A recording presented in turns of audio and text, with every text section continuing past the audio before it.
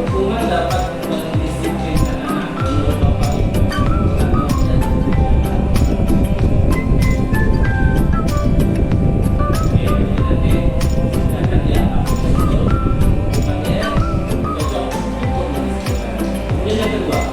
Pemberian hukuman dengan hal positif seperti membaca atau membersihkan halaman sekolah dapat meningkatkan disiplin anak.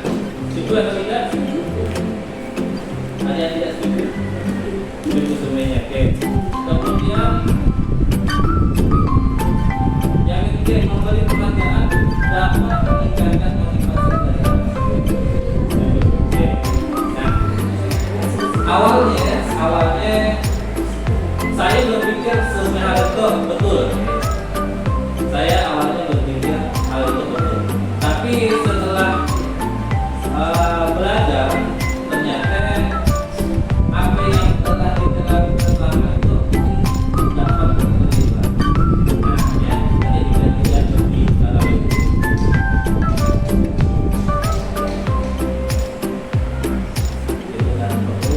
Nah,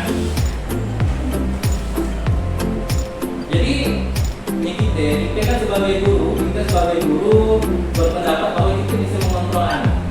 Jadi kita dapat mengontrol anak, kita dapat mengatur anak. Ternyata dalam teori itu juga yang sebenarnya teorinya kalau kita kan prakteknya sekolah. Dalam teorinya ternyata kita tidak bisa mengontrol anak atau kita tidak bisa mengatur anak. Nah, seperti yang saya sampaikan hari Senin dalam teori kontrol. Seolah-olah kita bisa mengontrol, tapi keputusan sebenarnya ada pada anak ini. Nah, disitu dikatakan ilusi. Dan kita yang berilusi bahwa kita bisa mengontrol murid. Sebenarnya kita tidak bisa mengontrol murid. Yang bisa kita lakukan adalah merubah mindset murid. Nah, kalau dia ingin mengambil keputusan, maka bisa dilakukannya. Tapi ketika dia tidak mau, kita tidak bisa memaksa. Kemudian yang kedua, bahwa kritik dan membuat orang merasa bersalah dapat menguatkan karakter. Nah, ternyata ini sebuah ilusi. Kalau kita hasil sampai menyelesaikan kesalahan, tidak baik sebenarnya. Nah, apa yang didapatkan ketika anak merasa bersalah, yang dikhawatirkan adalah perubahan mentalnya. Jadi dia suka jalankan dirinya tahu.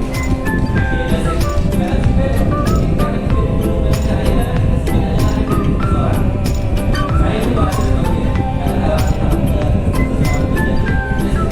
Karena yang salah. Padahal sebenarnya kita harus berani kita betul atau kita salah. Nah, jadi jangan sampai kita membuat orang merasa salah. Kemudian yang ketiga, penguatan positif dan kebijakan yang berkontribusi. Jadi penguatan itu bukan penguatan dari siswa, dia tadi karena tentang keputusan yang ada pada. Dan yang terakhir adalah orang dewasa memiliki hak untuk memaksa. Nah, padahal sebenarnya tidak. Makanya yang kita lakukan ketika kita paksa anak kita mungkin lawan. Nah, berontak. Dia yang tidak.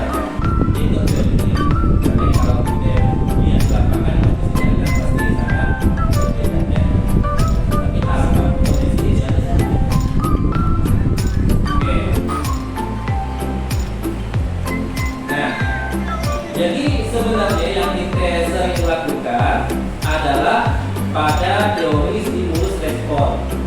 Nah, sedangkan kalau teori kontrol tadi sebenarnya telah disampaikan. Nah, dilakukan stimulus artinya ada hubungan sebab akibat. Kalau lakukan sesuatu akibatnya apa? Nah, ini menangkal. Nah, itu yang perlu saya. Nah, dalam budaya positif, kita diharapkan dapat menanamkan nilai-nilai kebajikan yang besar. Nah, apa yang kebajikan yang besar? Kebajikan yang besarnya adalah nilai-nilai hukum yang kita yakini. Ya, bagi kita mengusahakan kita dalam kehidupan nyata, mungkin kita lebih mengenali dengan nilai moral. Nah, atau nilai-nilai adat istiadat. Nah, ini merupakan universal yang tidak mengikat agama suku ras. Contohnya misalkan kita menjunjung tinggi nilai cinta damai. Misalkan, nah semuanya agama atau semuanya ras, semuanya agama ini menjunjung nilai cinta damai, ingin menjaga kehidupannya tetap dalam keadaan damai. Nah, dia yang diharapkan dari nilai-nilai kebajikan universal, sehingga setiap manusia tanpa terlepas dari tatib usaha dia bisa mengakui bahwa ia adalah sesuatu dan nah, dari kebajikan universal harapannya kita mampu membuat nilai-nilai kebajikan universal itu ke dalam sebuah keyakinan kelas. Mungkin bahwa namanya kesepakatan kelas. Ini diharapkan bisa menggunakan nilai-nilai kebajikan universal yang disepakati oleh kawan-kawan dan siswa dalam kelas. Nah, sehingga nanti muncullah keyakinan kelas. Oke. Nah, ada teori motivasi. Teori motivasinya motivasi internal dan motivasi eksternal. Kalau motivasi internal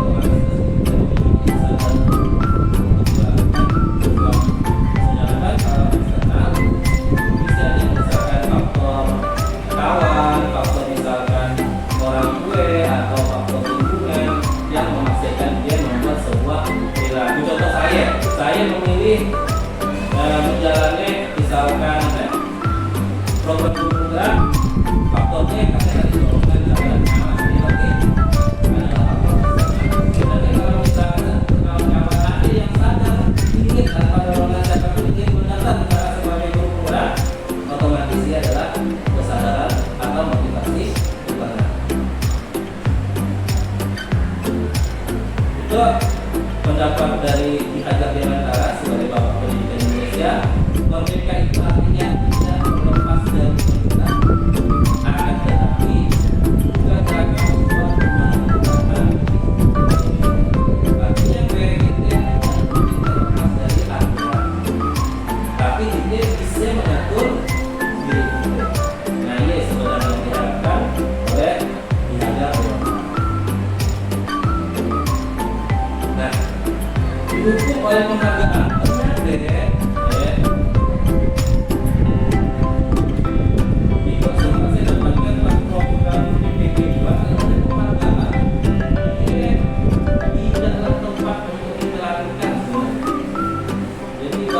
kalau kita misalkan sampai dapat 100 kita beri duit 100.000 ya misalkan ini sebenarnya ada orang-orang yang kurang tepat untuk melakukan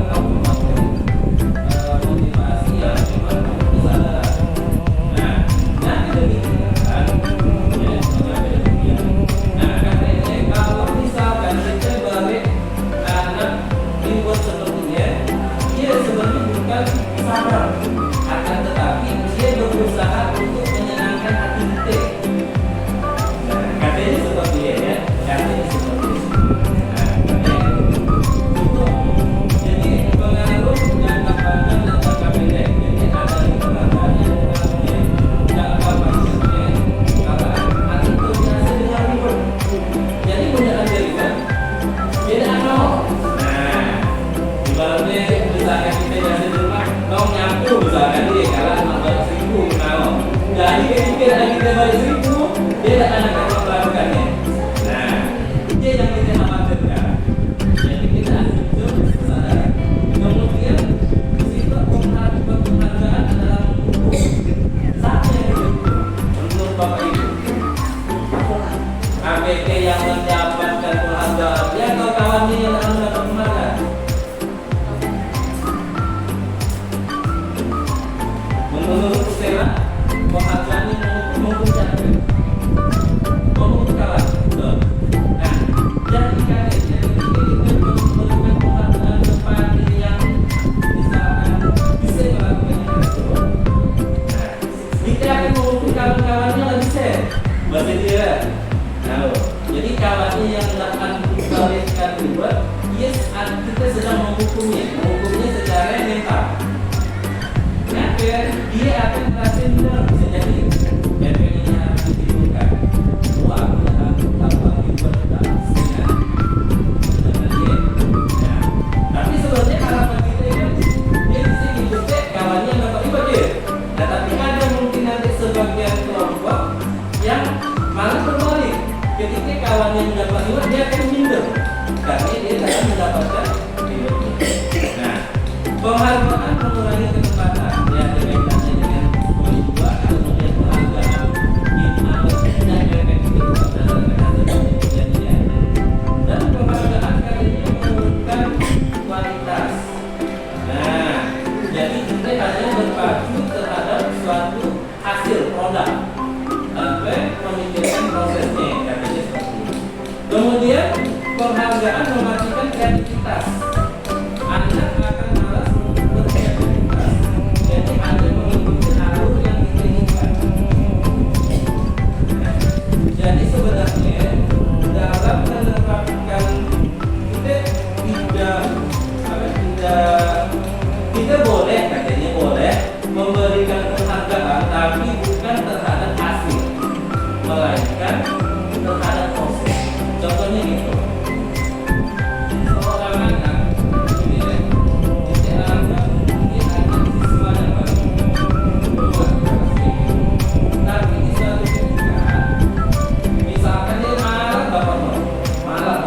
tapi suatu ketika dia dapat 20.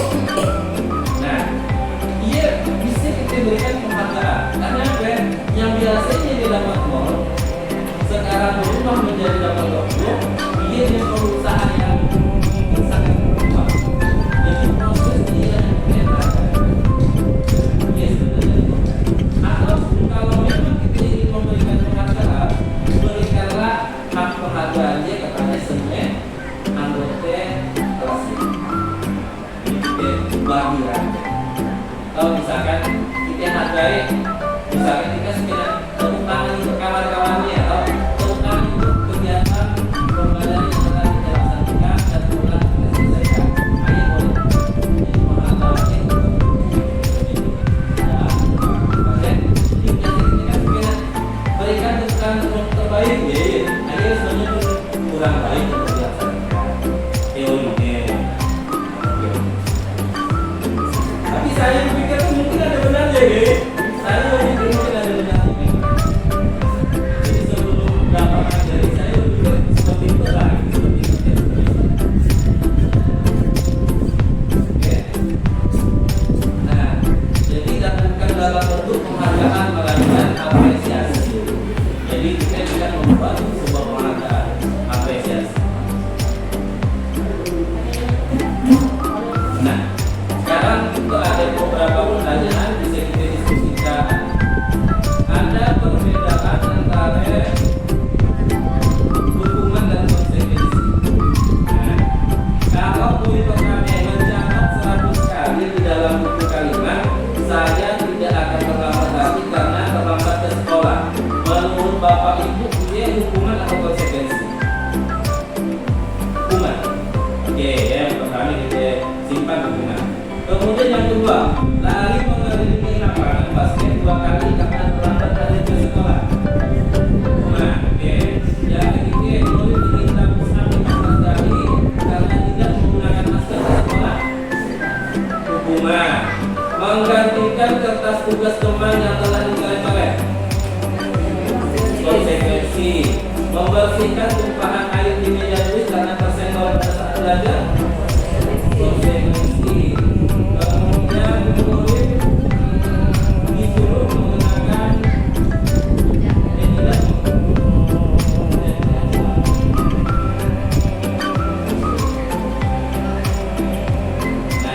murid disuruh untuk tidak mengenakan sepatu saat di sekolah karena tidak mengenakan sepatu hitam. Menurut Bapak Ibu, hukuman atau konsekuensi? Hukuman. Oke, ada dua ya. Nah, kemudian lagi menghadiri lapangan basket 2 kali karena terlambat menit untuk belajar perhitungan. Hukuman. Sekarang Bisa lihat.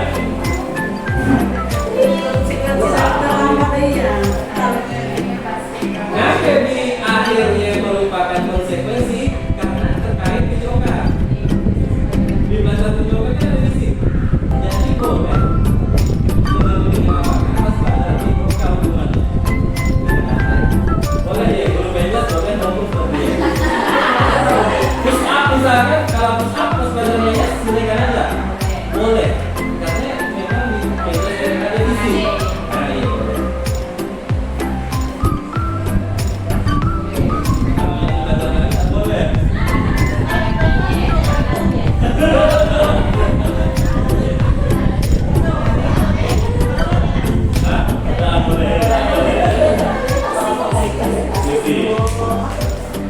Nah, kalau yang saya pahami, kalau itu kan bahasa Islam. Kalau saya pikirkan antara hukuman dan konsekuensi, saya ngambil tarik benang merahnya adalah ketika kita berbicara hukuman, dia itu memberikan yang pertama tidak kita sepakat. Yang pasti tidak disepakati secara spontan. Kalau kok misalkan kita suruh jawab, nah tapi dia saya sepakatan, hanya hukuman. Nah, kemudian tidak ada hubungan sebab akibat. Contohnya itu, dia jangan ngerjakan PR, kita suruh maksudnya hukuman, bukan konsekuensi. Dan memang yang saya melakukan jadi, saya juga saya melakukan hukuman. Dan nanti ada yang saya sebagai hukuman. Nah, sedangkan untuk konsekuensi ada hubungan sebab akibat. Misalkan anak tidak mengerjakan PR. Jadi kalau sebagai bentuk konsekuensinya, anaknya tidak balikkan PR di jam istirahatnya, misalkan, lalu dia tidak boleh istirahat. Nah, dia berubah konsekuensi. Lalu misalkan tidak dia disuruh ngapa ternyata ada apa? Berarti kan konsekuensinya bisa misalkan tidak tambahin lagi kalau kok pasti istirahat nanti apa 20. Jadi diambil jam istirahatnya dan ditambahin lagi dengan lebih banyak tugas.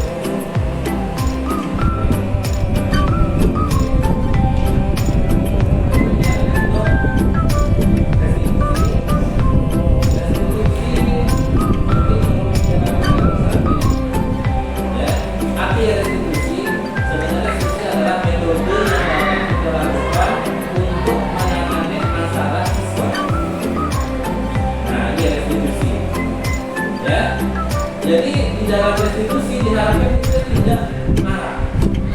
Di dalam restitusi ya, kita tidak marah. Nah, apa yang perlu kita lakukan? Ya, di dalam restitusi kita lihat langsung ke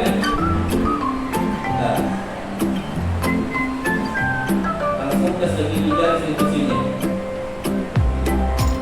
Nah, jadi restitusi apa yang perlu kita lakukan? Yang pertama adalah menstabilkan identitas. Jadi ketika kita menggunakan sana kita akan mengelola sedikit bisa ngomong secara terbuka dan melakukan ngomong. Misalkan dia katakan lain, jadi kita katakan lain kita ngomong kalau dulu misalkan dia nangis atau apa. Nah kondisinya harus kita stabilkan dulu ya.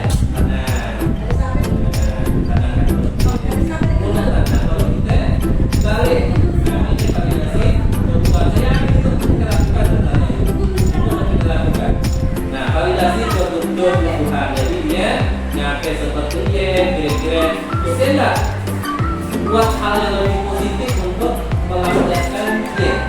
Misalkan yang lain dari apa kan kita cari. Nah, kita cari solusi dari dia. Dan yang lain adalah buat keyakinan. Nah, baru keyakinan dari dirinya. Apa yang konsekuensinya? Jadi kita lakukan dari diri. Jadi dia yang menentukan kira-kira konsekuensi yang bisa kau lakukan apa? Bisa juga. Kalau ada yang anda pikir, nah boleh kita balik.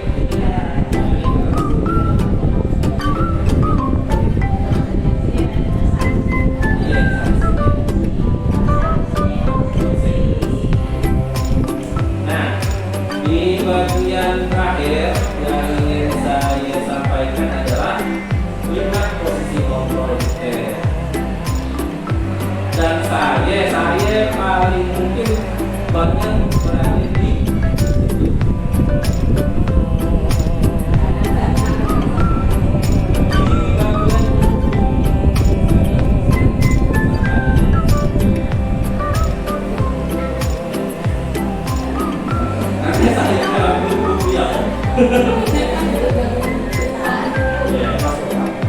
tapi memang saya sadar oh mungkin apa yang saya lakukan itu lupa. Jadi ketika diskusi terkadang dalam diskusi tentang posisi kontrol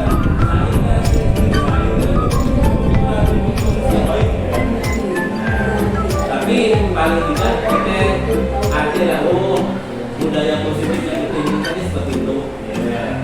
Ada ide-ide yang bisa kita munculkan dalam pikiran kita, paling tidak menggeser mindset kita lah.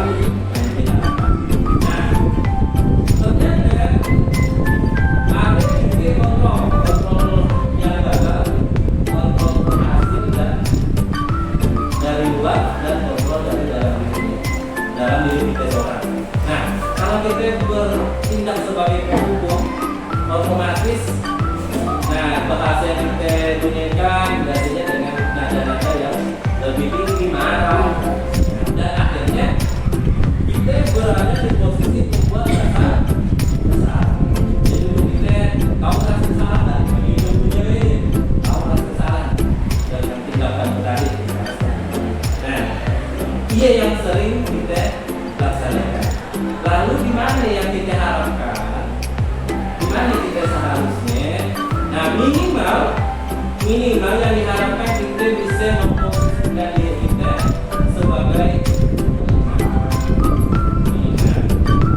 kalaupun kita bisa lebih, maka posisikanlah kita sebagai manajer.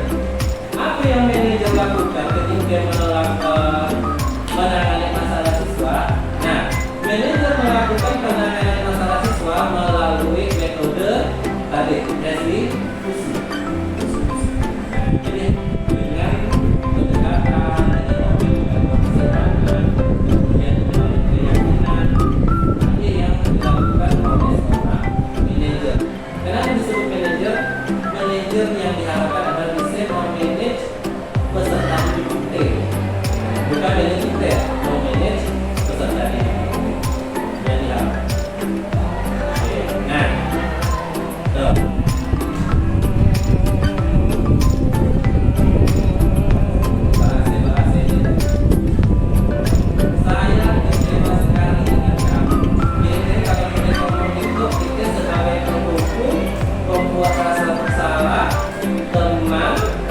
kemudian atau pemantau atau manajer. Oke, kedua satu. Kemudian yang kedua, kamu tidak pernah benar melakukannya. Hukum ini, ayolah lakukan itu. Teman, bentuk. Nah, bentuk masih teman dekat, kan? Memposisikan diri kita sebagai kawannya. Apakah kamu mau mendapatkan interview hari ini?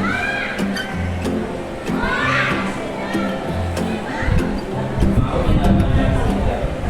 Oke, kalau kita lihat di pemantau mungkin bisa jadi bagaimana kamu bisa menyelesaikan masalah ini? Oke, pasti di posisi terakhir. Kamu selalu yang paling terakhir. Terus penghukum. Lihat. Dari merasa bersalah, tidak benar lakukan demi teman, kita mencari wanita, kemudian menyelesaikan masalahnya sebagai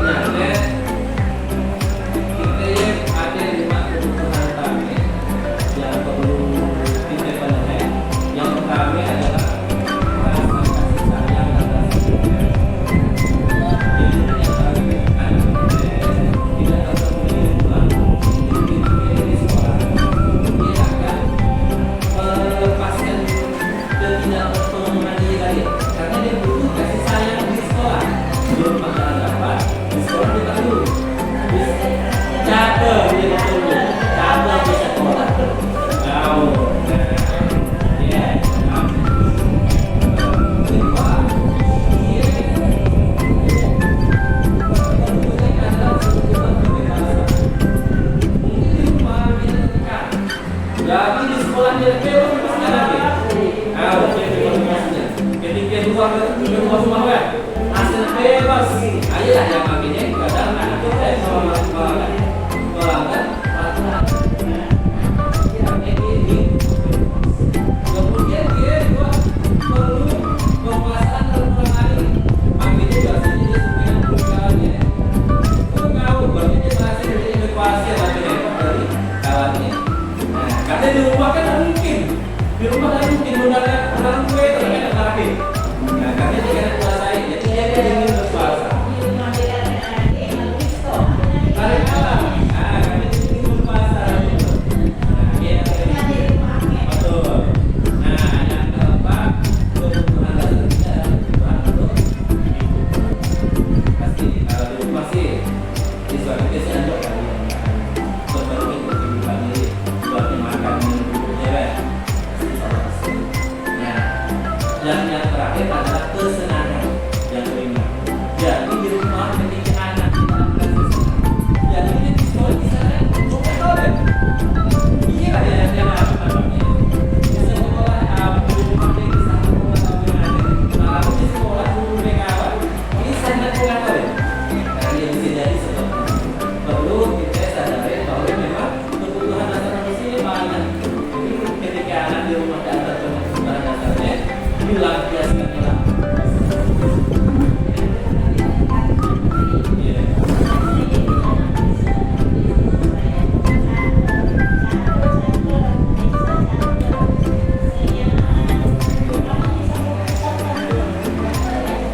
memang banyak.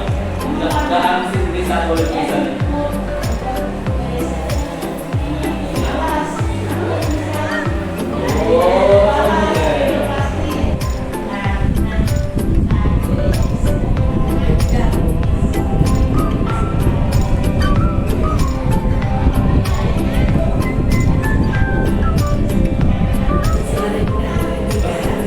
Tapi kalau bisa dilihat deh di belakang.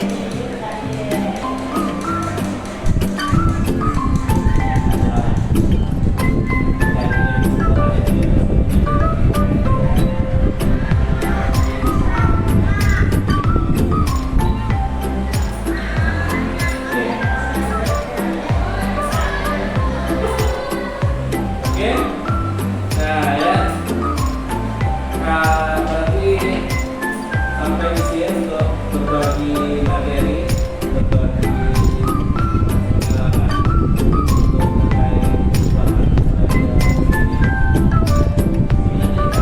ini saya kalau misalnya kawan-kawan ada itu penggerak seramai dari apa? Untuk tugas untuk membangun pengalaman dan budaya positif. Dia kan bisa dilakukan orang. Kalau memang ada diantaranya yang bisa kan berada di dalam bisa orang bisa ini